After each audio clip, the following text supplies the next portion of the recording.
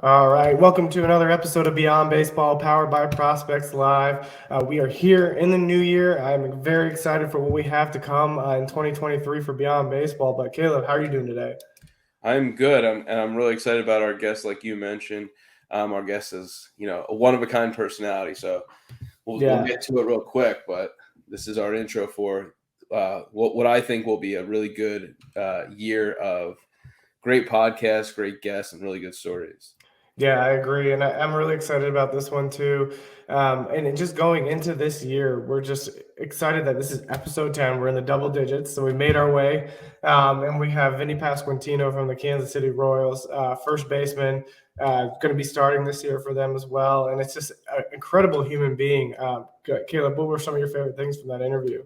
Yeah, I mean, one of the things that stands out right away is the guy has a sense of humor, and he doesn't take life too seriously. I know those are kind of cliches in a way, but when you're, part of a franchise that has, the Bobby Witt Juniors and the legendary Salvador Perez's, you know that you have to figure out where your role is, and a lot of that is checking your ego out the door. I think he does a really good job of saying, I'm just a person. I get to play baseball. I'm not going to spoil any of the things going up into his path and how he dealt with COVID and all that kind of stuff. But I think it's very interesting just knowing where he came from and where he is now. And one of the things that really stood out to me was just him understanding how to work with people. Let's put the baseball thing aside. I know we always try to go beyond baseball, but I think for him, he really has to figure out, this is where I fit. This is who I'm working with. We want to achieve the same thing. And to get there, we all have to understand our personalities and how we fit in with, an overall team culture. Yeah, and I love that about him too. And when you talked about ego, I think people who work in the restaurant industry will very much appreciate this interview as well. It's just kind of cool to hear how some of his perspectives got developed during that COVID year that you mentioned, but we'll save that for everybody to kind of listen into. But I think that was my favorite thing, like you said, just how humble he was, down to earth, and how much he cared about winning with a team that he's currently on and being in that clubhouse with those guys. So I think everybody's going to be really enjoy that. Since this is just such an awesome episode, we're going to keep the intro short and take you right to that interview with Vinnie Pasquantino. Enjoy it.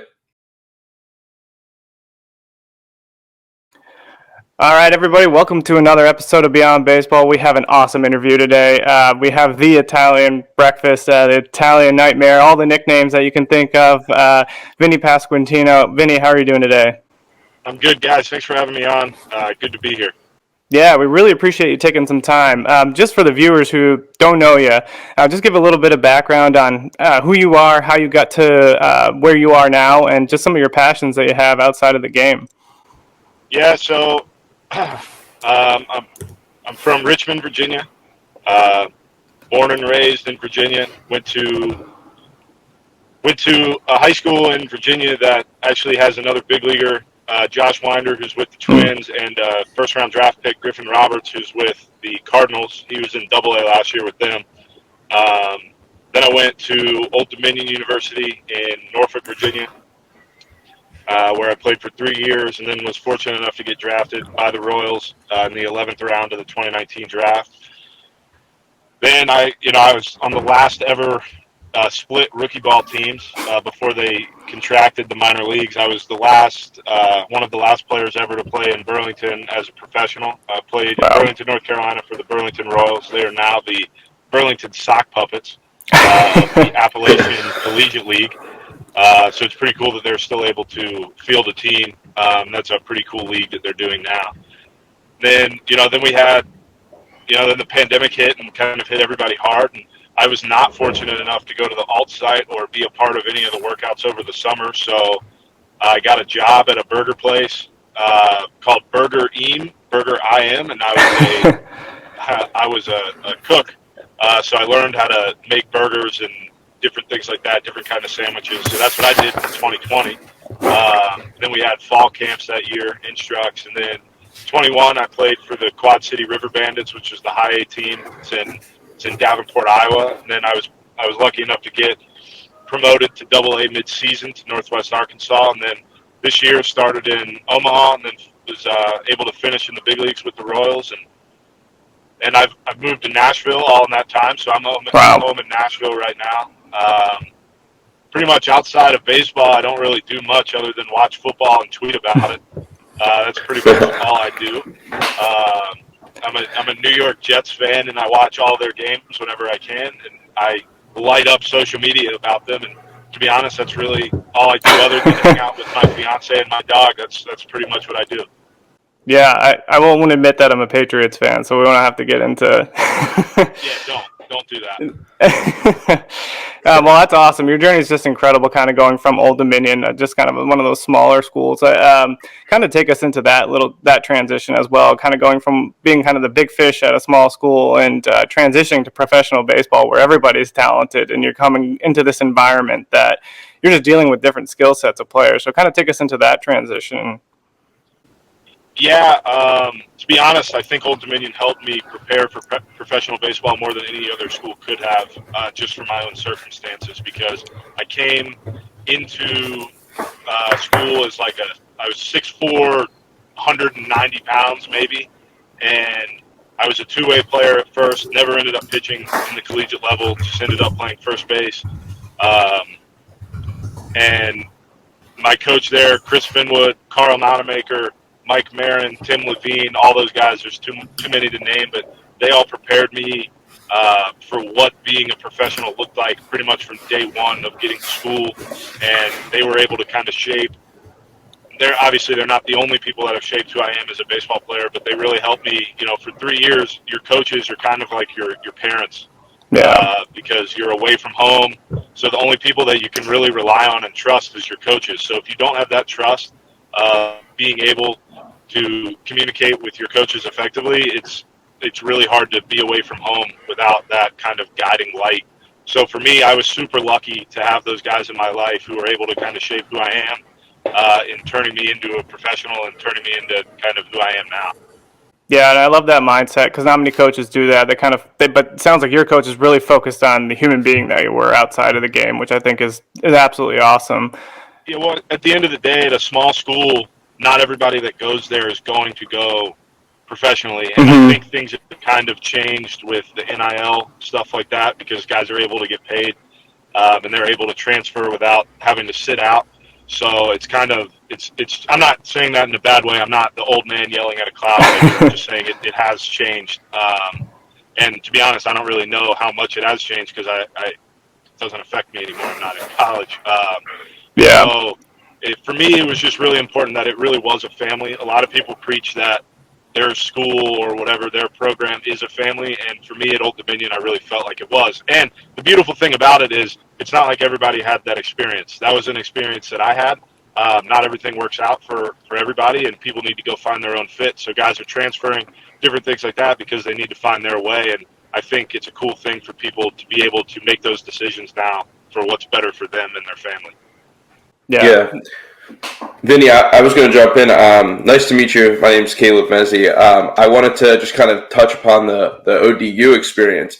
How did you choose that? I know you're from Virginia and, it's not too far away from home, but ODU is one of those schools. I mean, I'm 36 years old and I've even known that they produce some major leaguers. So I think they're under the radar in terms of producing that. It might have been one of the reasons why you chose that. And then when you were there, what were you doing outside of baseball? What was your major? How was the academic side? I am a college professor, so that's why I'm asking this question. But I'm more or less trying to figure out, at what point in your ODU career did you see the major leagues as a possibility?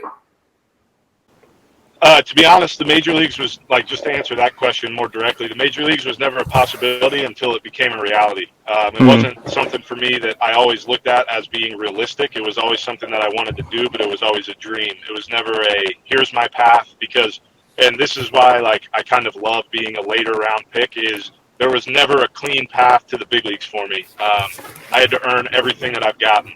So, and I personally, I love that because it gives me a free chip I can put on my shoulder at any given time. So for me, that's just kind of, I was in school obviously thinking about playing in the big leagues, but it was more focused on, all right, what's the next step? All right, the next step is this. Get to professional baseball. Once you get to professional baseball, then you try to move up every level. Then once you get to AAA, you try to get to the big leagues. And, that's just kind of how my mind works.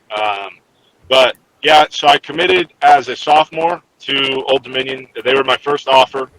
And it was kind of like what my mom would compare to a wedding dress. and how it's kind of the first one you fall in love with, and that's kind of how it was to me. I knew immediately. So pretty much as soon as they gave me an offer, I was ready to commit. And then obviously you have to go into kind of negotiations of kind of figuring out the money, making sure things work like that. And for me, we were able to, do that quickly, and I was able to commit. And I have zero regrets about committing that early and committing to Old Dominion. But while I was there, when I first went to school, I was a sports management major because that's kind of just what everybody did. So it was like, all right, that's cool. I'll be a sports management major, see where that leads. And then I realized, to be honest, I wasn't really that passionate about it. So I talked to my academic advisor, who at the time her name was Meredith McCall. And we decided that what I was passionate about was communicating and communication.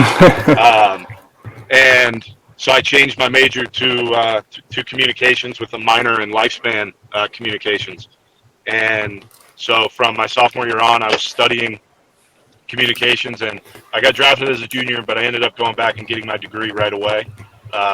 So I got drafted in 19, took classes over the summer of 19, in the fall of 19, spring of 20, COVID hit, still was taking classes and was able to get my degree in December of 20. So I am a proud collegiate graduate of Old Dominion University. That's awesome. I mean, so the one thing that's kind of cool too is now you have a new manager also went to the same school as you. How awesome is it to kind of have that community or that sense of community with your now manager that you're going to have in the big leagues? Yeah, I think it's really special. So I believe there's 7 guys currently playing in the major leagues. That would be obviously Justin Verlander. He's the marquee name that everybody knows. Me, PJ Higgins, who is a catcher with the Cubs right now, Connor Overton, who pitches with the Reds, Jared Young, who finished in the big leagues with the Cubs, so that's 5, Daniel Hudson, who's been all over the place. He closed out the World Series, I believe, for the Nationals a few years ago. Oh, man, and I'm forgetting one. Ryan Yarborough, who I should know because he owns 2 strikeouts over me, so I should absolutely know Yarby. So those guys, and now Matt Quatraro is a manager in the big leagues, and that's and it's for my team, so that's pretty special for me. I don't know Q all that well, but we have spoken over the past few years. He went back to Old Dominion a few years ago and spoke at a banquet that we had. Yarborough was also there and spoke at that banquet. So I met both of them then, and then continued to kind of get to know them this year as we played Tampa. So yeah, it's really cool. I've talked to him a few times, and we're both really fired up to get things going. Nice. Yeah, I guess the only other question that I can think of here too is so as you kind of think about your off season and things like that, how do you find yourself outside of the game in the off season, but also focus on getting ready for the season and planning on goals for 2023? And what are some of your goals for the 2023 season?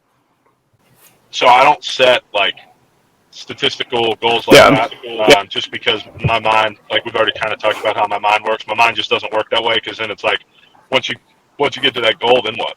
What do you do now?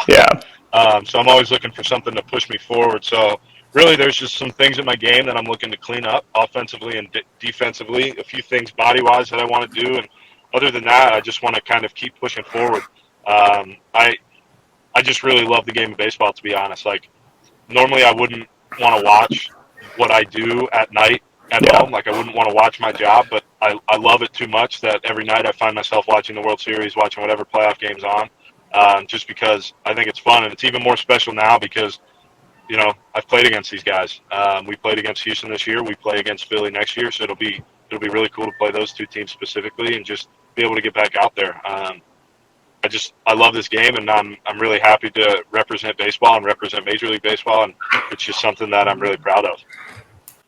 Yeah, Vinny, I want to jump in and ask you a few loaded questions here.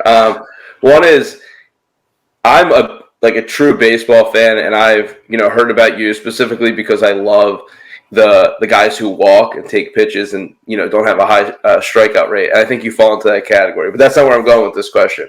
One of the things I've really learned about you is how your teammates think of you, the jokes, the culture that you kind of created with, I think, your sense of humor and humility.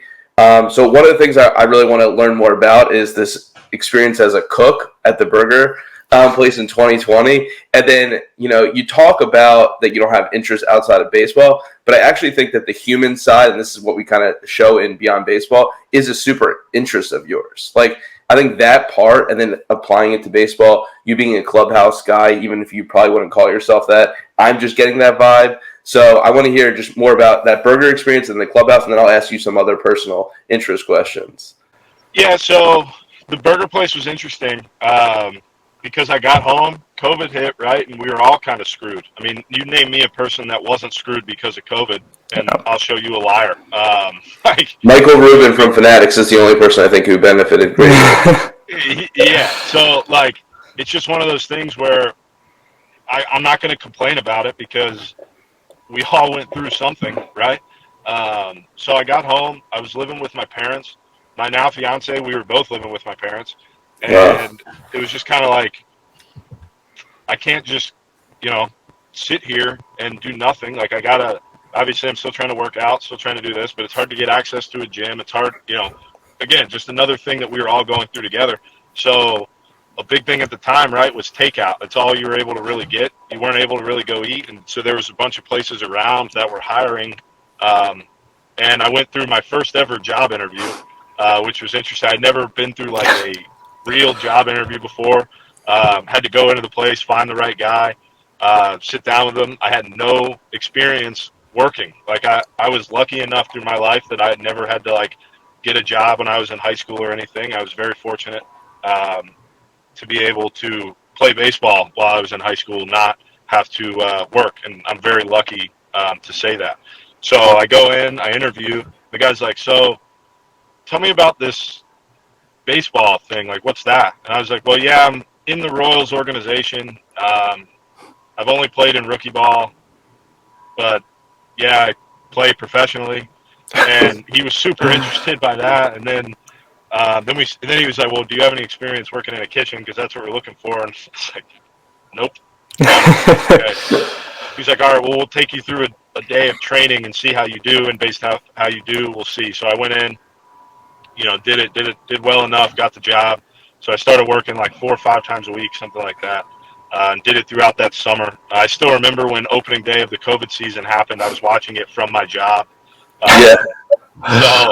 So it was a really cool experience, I think, because I got to learn more about life and kind of how people are, as opposed to just the people I had been around my entire life, which were baseball players. So I built a few relationships through that, which are really cool. Yeah, I forgot what your other question was, to be honest. Well, I mean, let's just go off that. So how does working there, because that's a grind in itself, compared to playing professional baseball? Well, the way I would describe it is when you close, like anybody who works in the service industry, the restaurant industry knows this, is when you close at 9 and you're there until midnight because you're cleaning, because it needs to be clean, that sucks. That sucks. And it really puts it in perspective when you have an 0 for 4 night and you go clean up, shower, change, and go home, that maybe it's not too bad. Yeah. And it's not that mental fear of whether it being sent down or just not performing well isn't real, because obviously that's real, but it's just kind of a different experience when you've experienced something like cleaning a kitchen and it needs to be super, super clean because it's health code violations. Because it's that's labor, right? That's what that's what people do. Yeah, I didn't work in the food industry, but I actually did work in the Royals clubhouse in the Arizona Complex League, and we were there hours after the game, and it's like kind of the same thing. We talk about that sometimes. Like your job as a clubhouse attendant is basically dependent on when guys are willing to give you their clothes. Yeah. So it's kind of funny how like everything just kind of works out like that. It's like you can't leave until I give you my clothes, essentially, because you got to wash them, and then it's just kind of a everybody's got a job to do, right? Yeah. The other part of my question was that clubhouse thing, and that's what I was trying to see. Like, and I think we'll get into Jared's question, which is how you got your nickname. But like, I'm curious how you take those experiences from kind of flying under the radar, being a later round pick, having, as you said, this not so clear path that you have to earn each step of the way. How you bring that into the clubhouse, how you I mean, you're with some pretty big name prospects, and it's not a lie there. So I'm curious how you bring that into the clubhouse. So this might sound bad, just what I'm about to say, but I just don't say care. it. I just don't care. I don't care who you are. I don't care. I mean, obviously there's standards there, but I'm saying, we're all in the same clubhouse, right? We're all going through this together. Yep. Let's make it a good time if we can. It's not worth coming into the clubhouse where you're with these guys for at least 162 days every year to be in a bad mood or be upset about something, because while you're there you have a job to do. You might as well make it a good time. So that's kind of my mindset is, we're all at some point, if 3 guys are rolling on a team and they're smoking hot at the plate or something like that, 3 guys are ice cold at the plate. Yeah. So it's not worth my time if I'm struggling to be super upset about it because somebody else is doing unbelievable. And then when I'm doing unbelievable, that guy might be struggling at that same time. And now I'm all of a sudden in a good mood because I'm going great. To me, that's just, it's fake a little bit. And once I figured out that I am who I am as a person, me on the field doesn't affect me as a person. Mm-hmm. It doesn't matter what baseball player Vinny is doing. Once I step off the field, once I leave the stadium, human Vinny becomes alive, and it doesn't matter. And I know a lot of guys talk about that when they have kids, is they have a different perspective on things. Because when they go home, it doesn't matter how they played, because there is so much pressure every night. You're getting tagged in tweets, Yeah. you're getting DMs, and whether it's people placing bets based off of how you do and you don't do it, and now you've lost somebody money. Nobody cares if you lose somebody else money because that's your fault for betting, right? It's just one of those things where you can't put all that pressure on yourself, because if you do, you're going to crumble. So to me, if I can relieve pressure from other guys and help them, that helps me too. Yeah. That helps the Royals. We win games. Now we're all happy. Yeah. I absolutely love that mindset. And as we kind of go dive into these last couple questions, the first question I have is, I know George Brett gave you the Italian Nightmare nickname, but where did the Italian breakfast one come from? So I think you know him pretty well. The guys from Royals Farm, they were the ones who created the nickname. And it's a comp to Billy Butler, who was the country breakfast, and large first baseman. They're first baseman Italian. So before I got to the big leagues, it was Italian breakfast. Nicknames are cool. Anytime anybody's talking about you in a positive way, that's always a nice thing. So I'm not gonna hate on the nickname, right? I mean, I appreciate those guys. So, but we have to know, what is an Italian breakfast? No idea. No, we have to make it right now. I mean, you have experience with burgers. I wouldn't say a burger is Italian breakfast, but let me tell you this: I'm going to Italy on Monday. I'll be there for a week, so maybe I can update everybody what a real Italian breakfast is. Let's do it. Get back. Yeah. It could be just a carbonara pizza. Just from a lot of people, I hear the stereotype. I'm not saying this is true. This stereotype. It's like a cannoli and a cigarette is what most Italians have for breakfast. Wild. That's not what I'll be having for breakfast, but I'll let everybody know. Yeah, that's awesome. And then, so the last question I always ask, kind of just to wrap things up, I spoke with Ben Kudrina, and he talked about how important it was to have meetings and coffees with you and Michael Massey, and to help them transition to professional baseball. So one question I kind of always wrap up with is, what's one piece of advice you have for the younger guys who are just making that transition out of high school to the pros, or coming from college and just trying to establish themselves outside of the game, but in the game as well, as soon as they make that jump?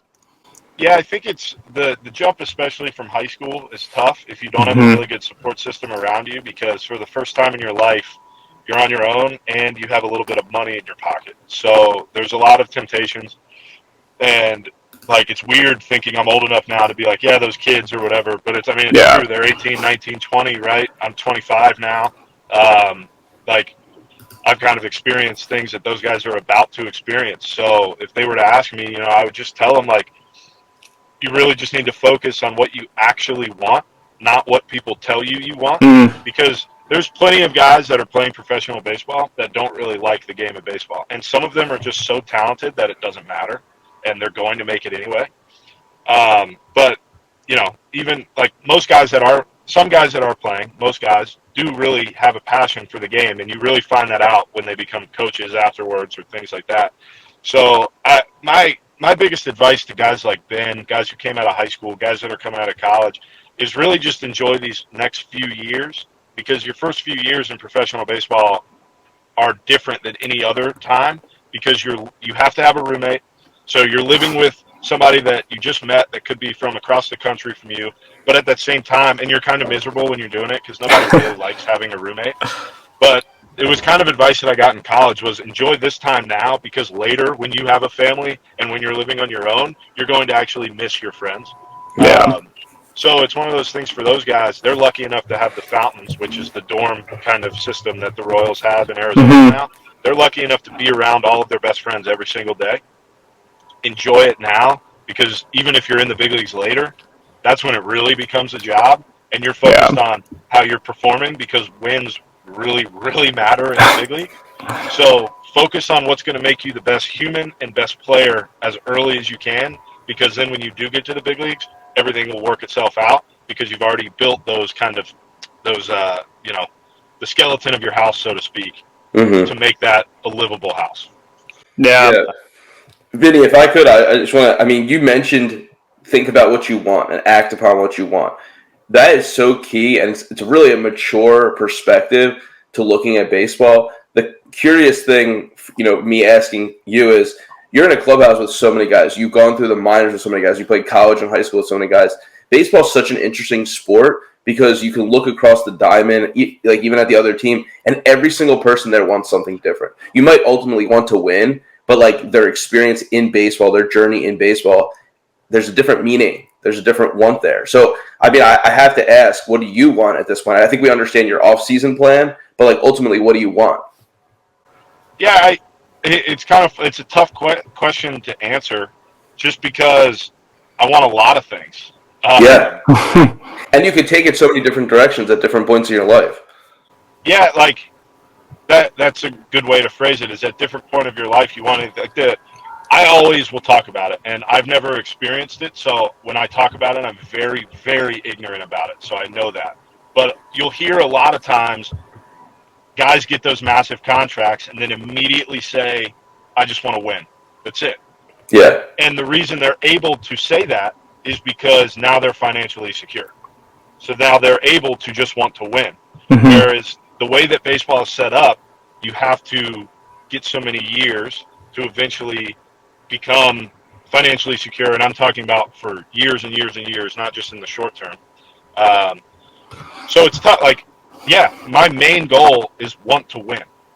Secondarily of that, I would like to set up my family for the rest of my life, for the rest of my life, their lives, whatever, as we all do. Like, I don't think it's unfair to just go ahead and say that, right? That's what we all want. But at the end of the day, I don't like being in a clubhouse that's losing all the time. I really don't. So I also, yes, while long term, I want to be set up financially for the future and for my family, their family, whoever it may be. But at the end of the day, I really, really want to win. And I'll be like, this is kind of a weird way to phrase it. Most people will say, I hate losing more than I like winning. I'm the opposite. I like winning way more than I hate losing. And that's why I'm okay with sometimes losing, because if we all give it everything we got that specific night to win, how can you be mad if you lose? If you just get beat, you get beat. So for me, number one is to win. I mean, it's just to win. I want to win championships. I grew up dreaming about hoisting the World Series trophy, and that's what I want to do one day. So for me, that's my goal. That's an awesome perspective to end on it, because it's just you focusing on the baseball side and how important that is to you, and the human element of everything that you are going to do in life. And Vinny, we can't thank you enough for taking the time. We'll let you get to that workout that you got going on. And we're wishing you the best of luck next year. Yeah, I appreciate it, guys. Thank you very much for having me on. Hope I wasn't too bad. No, that was awesome. It was great. And when you're coming to Philly, just hit me up. Let me know. I'm here. Yeah, sounds good. Take care, man. See you guys.